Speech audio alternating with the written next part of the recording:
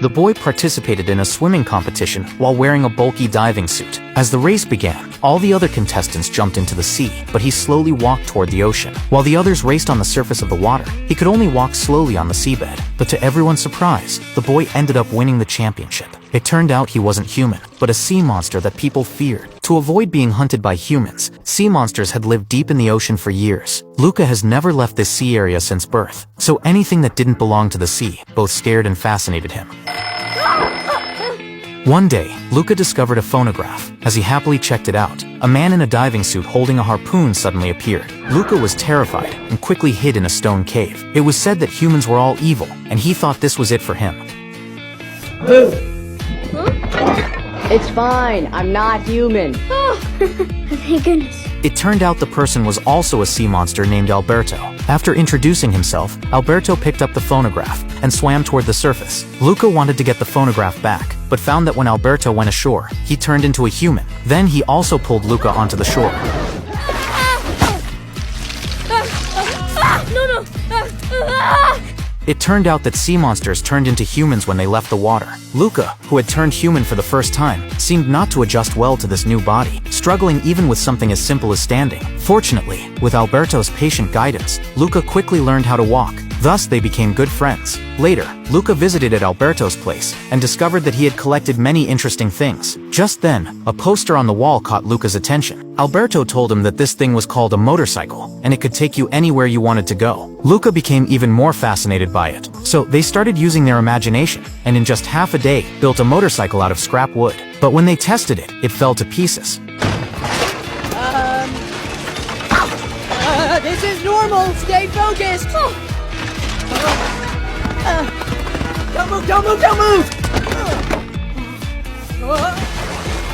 After spending some time together, Luca and Alberto's friendship grew deeper. To get a real motorcycle, they decided to try their luck in the town. However, the town was full of paintings and sculptures of humans hunting sea monsters. Luca wanted to leave quickly, but a motorcycle caught his attention and made him stop. The owner of the motorcycle was named Ercole. He was a notorious bully in town. When Luca and Alberto approached to admire the motorcycle, a soccer ball rolled to Luca's feet. Luca tried to return the ball, but he accidentally kicked it onto the motorcycle. Oh, mamma mia! Talk to Ercole. Are you hurt? My head Out kinda you, hurt. Ciccio! Out of the way! Oh, Piccolina, if there is so much as a scratch. This made Ercole very angry, and he decided to teach Luca a lesson by dunking him in a fountain. Just in time, a girl stopped Ercole, and Luca's identity was not revealed. The girl's name was Julia. She told Luca and Alberto that if they won the triathlon, they would win a motorcycle. This was exactly what Luca and Alberto had dreamed of. However, the triathlon involved swimming, eating pasta, and mountain biking. To win the motorcycle, Luca started practicing cycling, while Alberto practiced eating pasta. During training, they had nowhere to stay, so they had to live at Julia's house. With the competition getting closer, they ramped up their training. Meanwhile, Luca's parents were anxiously searching for him. Just as Luca passed by his parents, they immediately recognized him and chased after him, but they didn't manage to catch him. Just then, Luca and Alberto's bike went out of control, and they crashed through a barrier and fell into the sea. When Julia arrived,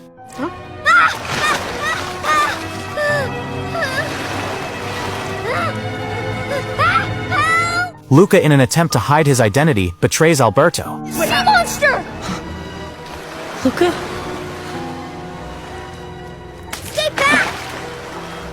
At this moment, Ercole arrived, intending to hunt the sea monster. Alberto had no choice but to leave disappointed. The sharp harpoon was not as painful as Luca's betrayal to Alberto. Back at home, Luca kept trying to explain himself to Julia. Seeing that he was losing control of his emotions, Julia splashed water on him. Just like that, Luca's identity was exposed. In order to protect Luca's life, Julia had no choice but to tell him to leave. Then, Luca found Alberto again. He sincerely apologized to Alberto and promised to win the championship and take him on a motorcycle ride around the world. The next day, the competition officially began. Luca, ignoring Julia's advice, insisted on participating. During the swimming segment, the contestants wore light swimsuits and raced to the water's surface, but Luca had to wear the bulky diving suit to prevent his identity from being exposed. As expected, he was the last one to come ashore. Ercole even deliberately tripped him, nearly revealing his true identity. Then, during the pasta eating segment, seeing that Luca didn't know how to use a fork, Julia patiently patiently taught him how to use it. After finishing the pasta, Luca quickly put on his helmet and began the final cycling segment. Just then, the sky was dark and cloudy, as if it was about to rain. Luca couldn't afford to relax. He sped up, and soon overtook Urkel. But just at that moment, it started raining. Luca quickly hid under a roof to prevent his identity from being exposed. As he neared the finish line, Urkel caught up again. Just as Luca was about to give up, Alberto showed up with an umbrella. To his surprise, the nasty Urkel kicked him to the ground.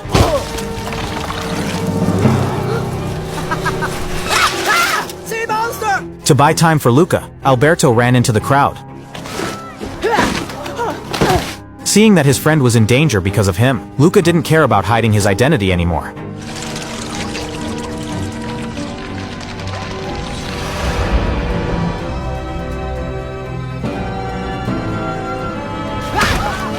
They braved the heavy rain and pressed forward, with Urkel furiously chasing behind, even trying to kill them.